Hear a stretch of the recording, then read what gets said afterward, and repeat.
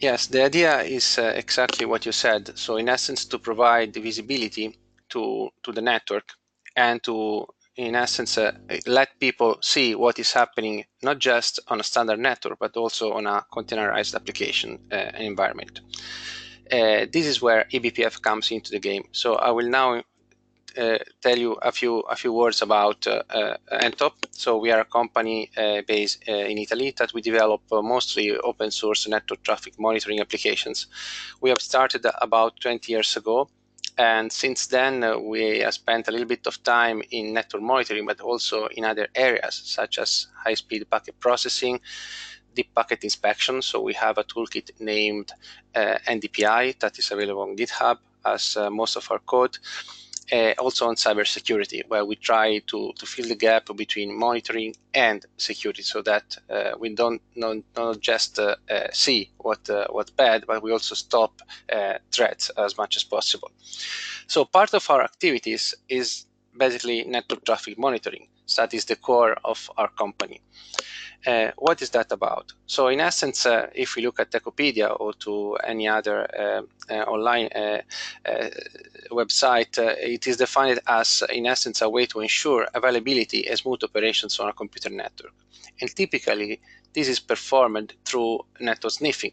That means that we have to capture packets, try to understand what is happening by reconstructing the network flows of communication, and then based on that, generate some metrics such as retransmission, delay, latency, bandwidth, and based on that, see whether we are in good shape or not, if there are some users that are affected by certain type of problems.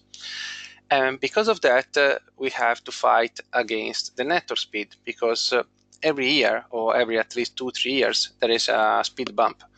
So when I started to do this in 1998, 1 gigabit was already a very high speed, and now 1 gigabit is mostly commodity. Actually, 10 gigabit is commodity on the server. 1 gigabit is commodity at home.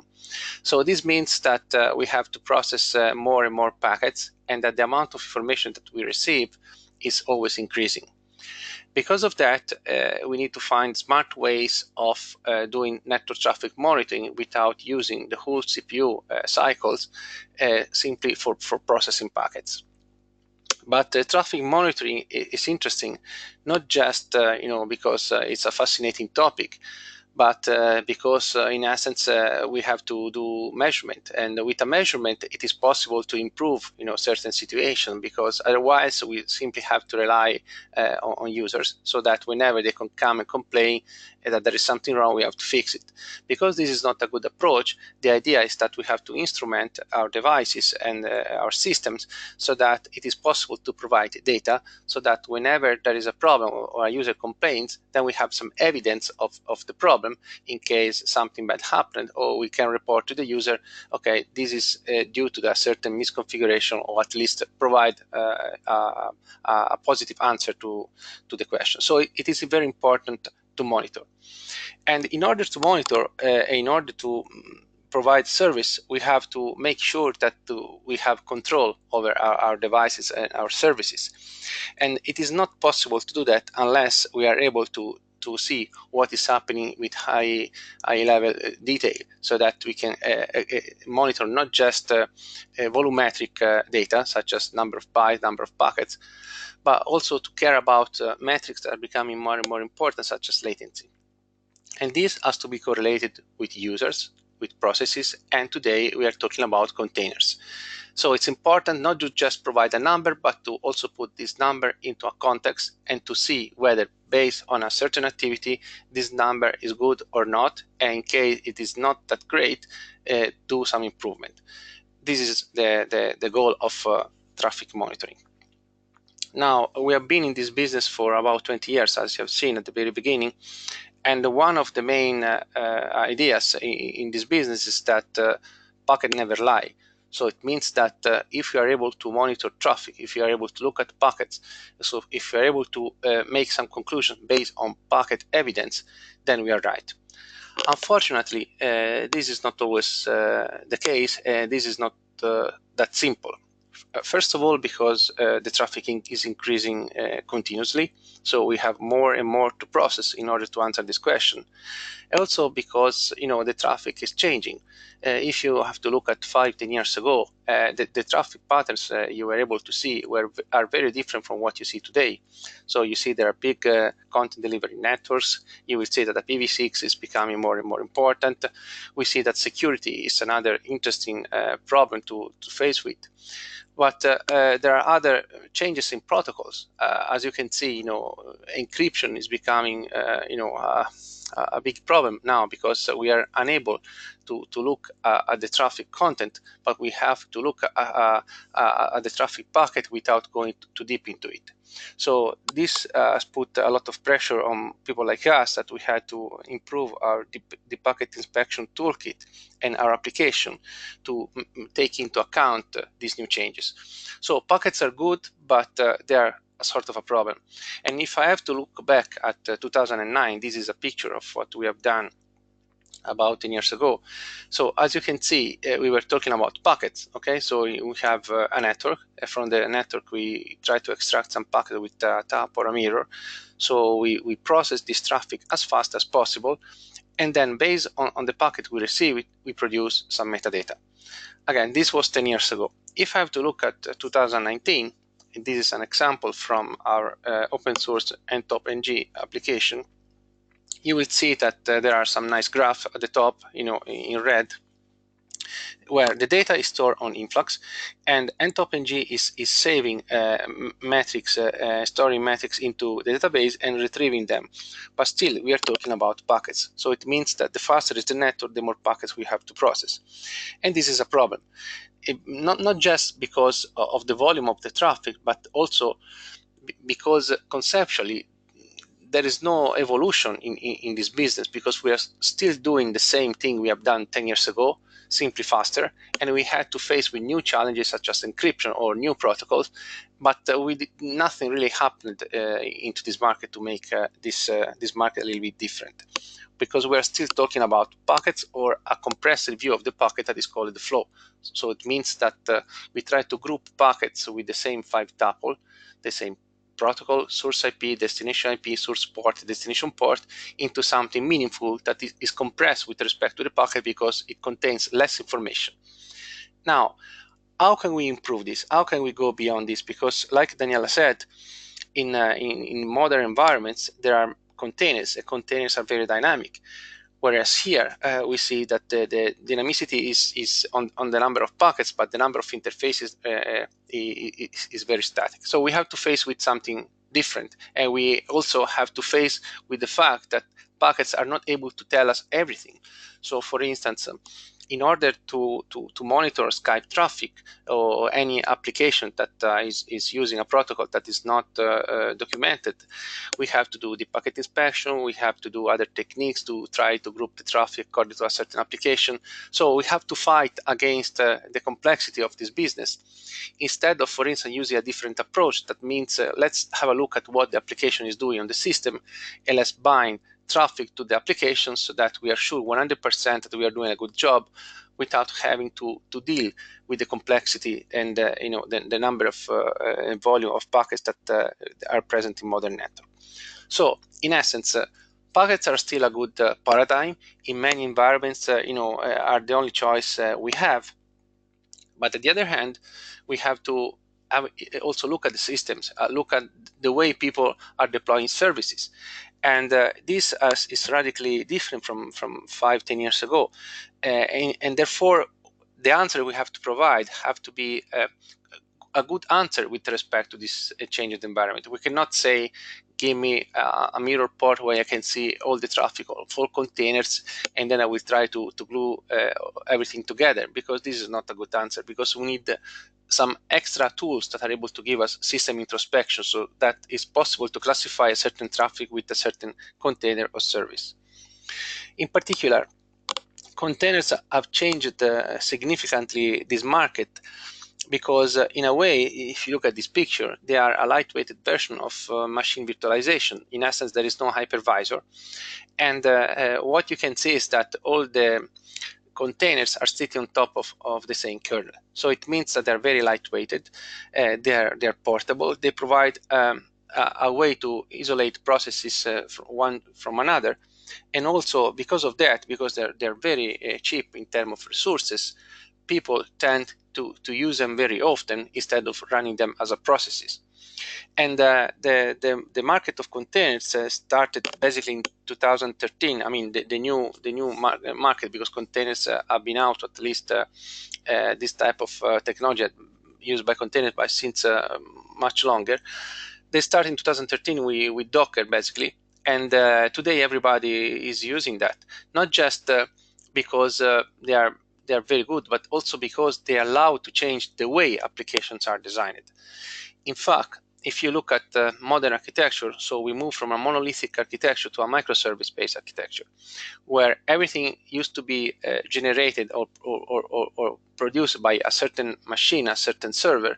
Now we are talking about microservice. So we have a certain service that provides something very simple, and that everything is orchestrated together. And then we have the ability of providing or enabling scalability that was a little bit more complicated with a monolithic architecture. In fact, if you look at the fact, we see that usually each microservice is stored inside an isolated container that has its own memory, its own functions. And the nice thing about containers is that the container can be written, can contain software written in any language. So in the past, it was necessary, let's say, if we are talking about Java, to write everything in Java, because all the components have to be compatible, they have to speak each other. But now with containers, this is no longer required. So it means that each container can contain a service that is created by a different programmer with a different mindset, as long as the service is providing what we expect is good. And this allows to scale up, because we are able to improve the performance by simply spawning new containers, and there is an orchestrator or a balancer that is balancing the traffic across all of them. In case something goes wrong or a microservice crashes, the rest of the system keeps going. So there are very big advantages. So because of that, monitoring had to face with this change to make sure that it was possible to look not just at the traffic that is entering and leaving the physical host, but also at what is inside the container, because sometimes if the service is not responding as we expect, might be that there are some interaction between two containers that are not optimal. So we have to look at this type of things. So therefore, when we deal with containers, we have to deal with the fact that, for instance, typical things such as the number of interface or the interface name is very dynamic. So as soon as we start a new container, a new virtual interface is created. This interface is bound to a bridge, and therefore, the complexity and the topology of the system is changing based on the load, based on the type of containers, and based on the system that is hosting the container. So everything is very dynamic. It's not as in standard network where, as soon as you wire a system and you plug a server to a certain port, you are done, and this will not change for a long time. Here, everything happens. For instance, now we are running this webinar, and might be that we need to spawn new containers because we want to handle this workload properly, and at the end of the webinar, everything will be turned down. So it means that we have to face with some dynamicity that, in general, network monitoring is not able to deal with. So this is another interesting thing. So you should not see this as a problem, but you should see this as a challenge. It's interesting not just to answer positively, but to make sure that we are able to have a solution that is still able to monitor a traditional network where there are no containers, but that also allows to see visible interaction across containers that are run inside the same system or virtual machine or host. So in essence, we want to improve visibility. This is what network monitoring is about. And it's very important that we are able to speak the same language that DevOps are speaking. So like Daniela said, we have to talk about pod, container, namespaces, Kubernetes, Docker. So we cannot simply say from this IP to this IP, but we have to give a context. And this is very important because the message we have to give is something that should be meaningful for the DevOps that are talking about those terms. So we don't have to forget, however, that a container is running on a physical infrastructure, and this physical infrastructure is running or is monitored through protocols such as SNMP, NetFlow, or IPFix. And those protocols are there to stay. So it means that they are used to monitor the physical infrastructure on top of which the virtual infrastructure is created. So it's important to give a message that says we are still able to monitor the current network, and we are able to monitor modern containerized systems, not just to say from this day we'll move to containers and we are not able to see what is happening on a traditional network. But it is very important to have a system that is integrated. Don't create two different systems that don't speak each other, and also to put this data into a database such as Influx in a way so that you can read the data, you can create different dashboards depending on what you want to show, but in the same way. So don't change your mindset. The data that is inside the database has to be purified, has to be interpreted by intermediate systems that are able to give you visibility on the legacy network and on the new network. This is very important from the same monitoring console. So before moving to eBPF, that is something pretty new for the Linux system, let's talk about something that existed for a long time inside Linux. There is a type of socket called NetLink, okay, that is used in Linux to do IPC in essence. So it's possible to talk from the kernel to user space and to exchange some information.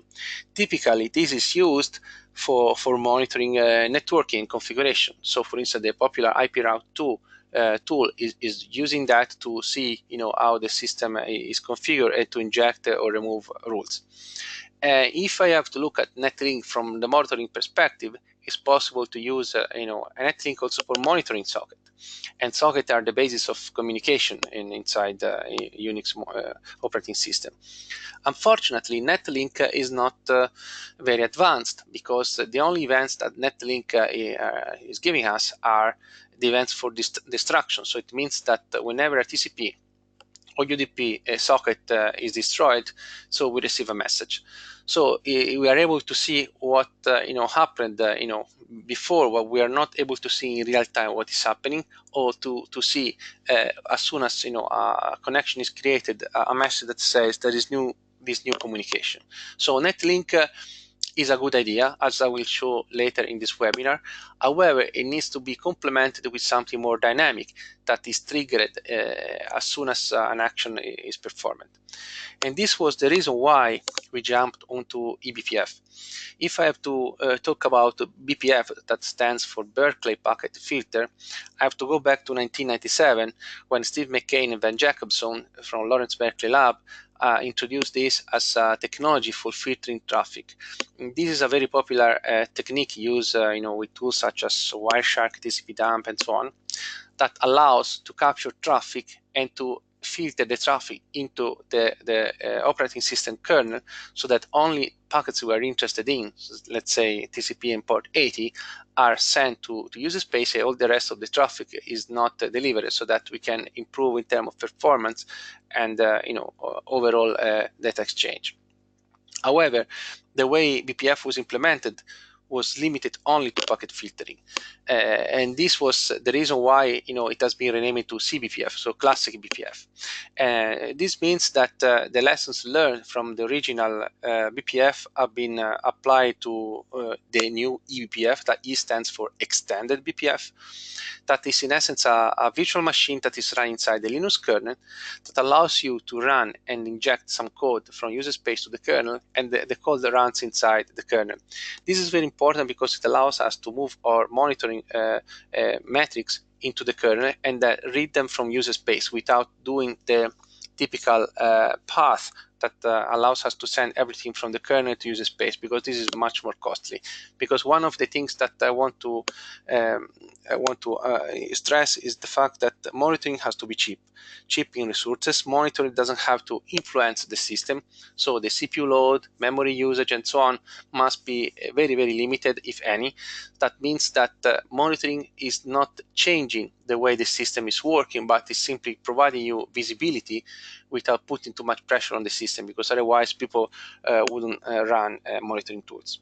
The way eBPF works is the following. We create an application, usually in C or Python, and this application is divided in two parts. There is some code that is injected to the kernel that is basically run inside the kernel, inside this virtual machine. Is native code, so it's very efficient, and that is used to collect the metrics. And the metrics are sent to user space through a pipe. So therefore, user space applications are not doing much. They are simply waiting for new events that are produced inside the Linux kernel. And when we talk about containers, we have in essence to do this. Whenever we receive an event, so let's say a TCP connection, in addition to the typical IP source, IP destination, and ports, we have some extra information that can be collected from the task associated with the event. So in essence, we can retrieve container information, process ID, group, user, and so on. So in essence, what we have to do is to inject some code into the Linux kernel that can register some hooks to typical function where, let's say, a connection is created, a connection is destroyed, or whenever there is a retransmission. And then to make sure that the kernel is delivering to user space specific events when something like that happens, and do not send to user space events for every single packet that is processed by the system, because this will jeopardize the whole performance and will put a lot of load on the system, and that will make monitoring a nightmare. This is not what we want to do. So therefore, for us, a container is simply extra metadata attached to a packet. And this metadata can be read only if we put the probe inside the same system when the microservice and the container is running. So what I will be telling you later in this presentation is that a typical topology or typical deployment is to create a privileged container inside the system where we are running our services, that it is able to read this information, but that is itself a container. So that means that you will have the ability of running this extra monitoring facility in a very simple way. It can be managed through the same infrastructure that you are using for running your services. So this eBPF is very interesting because it's very cheap, talking about the performance and the computation. It can track system calls, so every communications in essence. And because eBPF is part of every modern Linux kernel, we don't have to add anything to Linux, because this was a problem when we started in 2014 to do some early experiments on this. At the time, we played with sysdig. One of the things that people don't like is to modify the kernel, to add additional kernel modules. And eBPF is great because being part of every modern Linux kernel, we simply have to run our application without having to load any new kernel modules that might invalidate maintenance of your system. In order to avoid people dealing with low-level details and kernel data structure that are not very simple to handle for everyone, so we have created an open source library that we have called libebpflow that is available on GitHub. At the bottom of the slide, you will see the URL that allows you to interact with the kernel without having to know much about the kernel itself. But it allows this library to register some hooks into the kernel that are able to instrument the kernel to deliver to user space specific events whenever something happens. So whenever a communication is created, a UDP packet is sent to a new destination, or whenever there is a retransmission, that there is something meaningful. Because a typical problem of network monitoring is that whenever we want to monitor, let's say, unlikely events such as retransmission or a window change, we have to monitor every single packet of the communication, try to mimic what the two machines are currently doing. So in essence, they are changing the window size, or they are planning to transmit a packet. And this means that we have to monitor every single packet. Whereas in this case, we simply have to put a hook into the kernel that whenever the Linux kernel calls the hook for retransmission, we intercept this call, we say, there is a retransmission for this communication. That is very lightweight. it's a safe assumption, because we know that this is a retransmission, not just because we had to reconstruct or to imagine that was probably a retransmission looking at the packets, but we have this as an evidence that is coming from the Linux kernel. So it's also something we can trust compared to packets that might be there have been a packet loss that is invalidating our findings. But this cannot happen with eBPF simply because we are reading that from the kernel. We have a C++ and Go support done my colleague Samuele, and this library, like I've said, is freely available. And on top of this library, we have created the monitoring infrastructure that I'm going to talk in a moment. So in essence, years ago, we have created a tool called mprobe that is a network sensor that it is able to turn packets into flows that are exported according to the NetFlow or IPFix standard. So therefore that every collector can understand. And based on this probe, we have created an extended version of the probe that is able to interact with the system and to report information about containers. What I want to tell you is that in this tool we have tried to merge two different technologies. One is eBPF, I just introduced, and one is NetLink. Why that? Because eBPF runs on modern Linux, so on modern Ubuntu, kernels, this is not a problem, but already on CentOS 7 that has an old kernel, then we have some limitations in terms of eBPF, and this is not probably something that everybody will be happy to hear. Another problem is that with eBPF we must be super users. So in essence, this is not a big problem because this application is a monitoring application. But in a way, sometimes this is a problem. People don't like this type of things. So instead, with NetLink, we are able to run basically on any Linux kernel version, because this has been part of the Linux kernel for a long time, and we don't have to be root at all. So this means that we are able to monitor not just this environment that I'm talking about today, but also systems where we don't have root capabilities, and this is a very important news.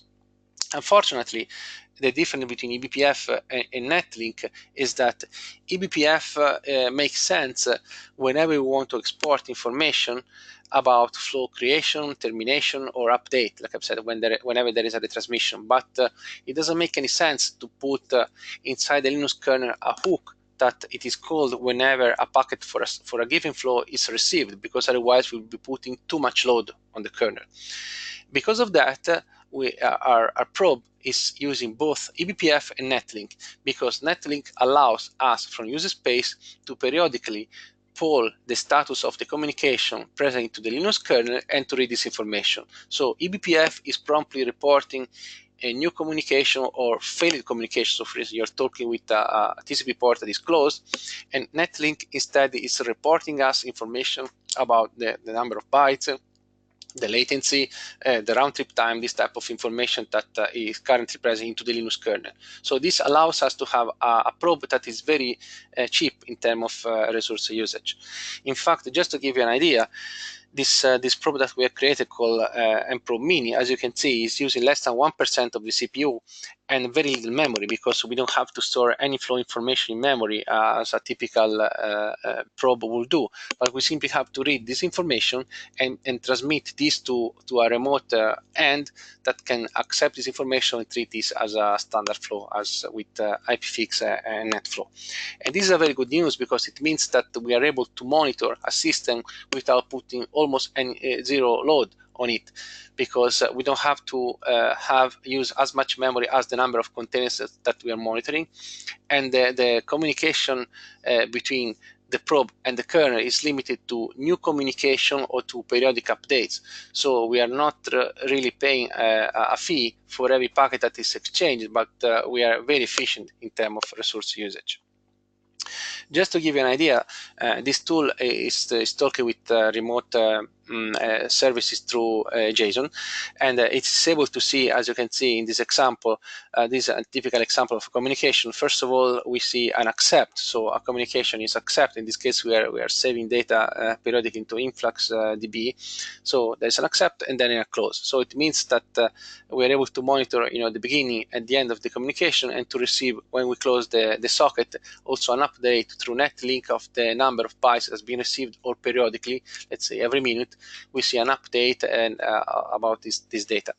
And because of that, we are also able through NetLink to monitor a socket that in listening mode. So it means that putting this container inside our system or using the tool standalone on a non-containerized environment is possible not just to see the traffic that is exchanged, but also the sockets that are open, similar to what you do with netstat. So it also allows us to inspect a remote system to see what type of services are deployed, and there is a new port that is used by a given process, because if you look at this log, you will see not just the port, but you also see the process, the user ID, and I will show you later even memory and CPU usage. It's important to characterize the traffic not just based on IP and port, but also by process and by user, and to see if somebody has started a service that was not supposed to start. So this is a very important information. In addition to that, through NetLink, we can provide information that is similar to what sFlow or SNMP counter information is making.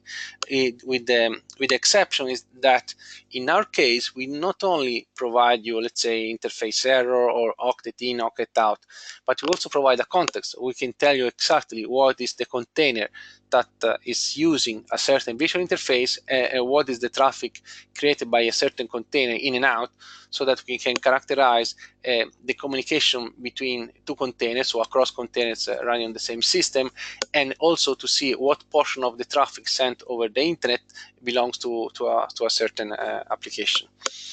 More in detail, as you can see, the information is divided in a few parts. So on the green part, you will see information about the processes, so about who's doing what. So what is the process that's creating a certain communication. In the blue part, you will see standard data that you expect to see with NetFlow or IPFix, so basically the 5-tuple. And in the red part, you will see information about the container. So what container is generating what information. So it means that it's possible to correlate this information. And if there are two communications inside the same host, it's possible to see two flows, one towards client towards the server and the other the opposite, so that we can see both the container peers and to characterize fully the container, the process, and the user. Talking about the NetLink, we will see that in the middle there is an orange part that we don't see with eBPF, because eBPF is just at the beginning of the end. Like I've said, we don't read traffic stats from eBPF, we just have that for events. And inside NetLink, it's possible to read things like the number of retransmissions, the latency, the number of bytes, the current rate, so that we can also see and perceive how the system sees a certain communication from the TCP standpoint. And contrary to many other systems that are limiting their visibility to TCP, we are also able to see also UDP communication. So now, just to wrap up and to see how this system is used in practice, just imagine that our tool ntopng is receiving flows from mprobe, so the mprobe mini instances, and we inject this data into influx. So in essence, you will see influx as a database that will contain additional metrics in addition to those that you already have, that contain some tags, so we can say exactly this traffic is generated by this host, by this application, or by this container, and everything will go inside influx the same way you are using today. We have several ways to deploy the tool. So in one case, we can deploy the tool on a packet-only deployment. So in essence, we don't have an mprobe mini running on the host, the physical host. So we have no container visibility. So in this case, through mprobe, we collect packets, we generate flows that are sent and stored into influx data in metrics according to host protocols or application protocols. This is the standard way of running, let's say, the system in a packet-only environment. And now we add extra metadata with the work we have done. So if we install into all hosts, or at least some of the hosts, mprobe mini, it's possible to export not just packets, okay, but also to export extra metadata that allows us to characterize who is doing what containers, what process, what user, how much memory, things like that, and to store this into Influx. So with Influx, you can create a dashboard, let's say, of traffic generated by a given container or by a given application. This is another way of deploying it.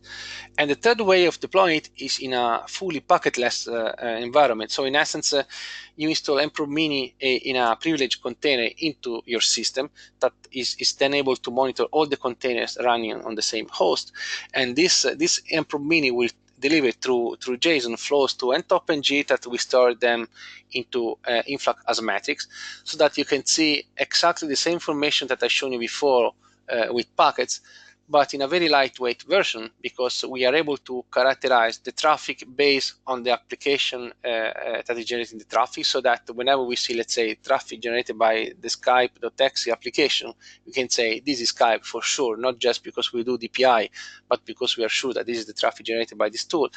And that is possible to do that in a very lightweight fashion, because like I've shown you before, we don't use memory based on the number of containers, on the number of communication. We don't use CPU based on the number of packets that are processed. But due to this approach, everything will be lightweighted regardless of this number. Just to show you some reports, you will see here that in ntopng, this process view, it allows you to say, okay, this communication between one host and the mail server is IMAP-S, so secure IMAP. And you will see that on this host, there is an application called Thunderbird that is running from a GNOME shell, and that the user, it's me, it's Luca. As you can see at the bottom of the screen, the memory used and the peak memory. All this information is read by nprove mini on the remote system is delivered through JSON to a remote ntopng. This is another example of pod container view. You will see that the list of containers, so if you're talking about Docker, or the list of pods if you're talking about Kubernetes, and everything is put into the context, so you can click on every container to see, for instance, what is happening. So in this example, I clicked on the Ubuntu test container. You will see that inside the Ubuntu test there are certain communication. So there is an host that is talking with another process running on the same host. You will see exactly the username that usually in containers is root. But you see that there is a telnet to the SSH running on the same system. And this allows you to see through those contextual menu and to filter the traffic based on container, layer 7, flow exporter, because ntopng can collect the traffic coming from multiple containers. And this is very important in case you have a cluster of machines.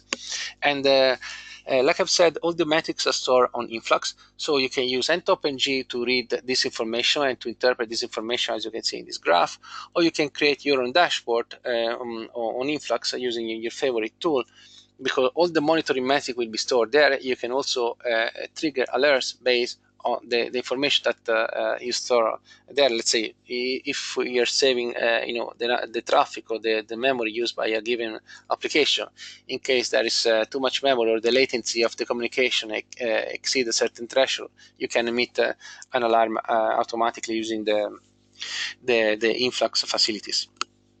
This is another view. It's what I told you before when I talked about SNMP-like view. So in essence, through NetLink, it is possible to export information about the interfaces. So you will see that we are able to contextualize a visual interface with a container name, and it's possible, if you click on the graph, to go and retrieve from Influx the amount of traffic generated by a given container at a given time, and to see also how the interaction between containers are using your available network capacity. And it's possible also to put a stacked graph of all the containers, all the container traffic. So in essence, you will see here through the system the same information you're able to see on an existing ntopng system monitoring traditional packet-based network, but simply adding extra metadata that allows you to contextualize better the traffic with the container user interface, username, or pod. So just to wrap up, in essence, we have now presented a way to read information from a containerized system and inject them into Influx, so that you can create your own dashboard based, let's say, on Chronograph or Grafana if you want, or use ntopng itself to read this information from the database and to display your report. In a way, our system is transparent to the user, because like I've said, we can deploy an extra container on the physical host that is reporting this information and saving this information into another container that is running InfluxDB.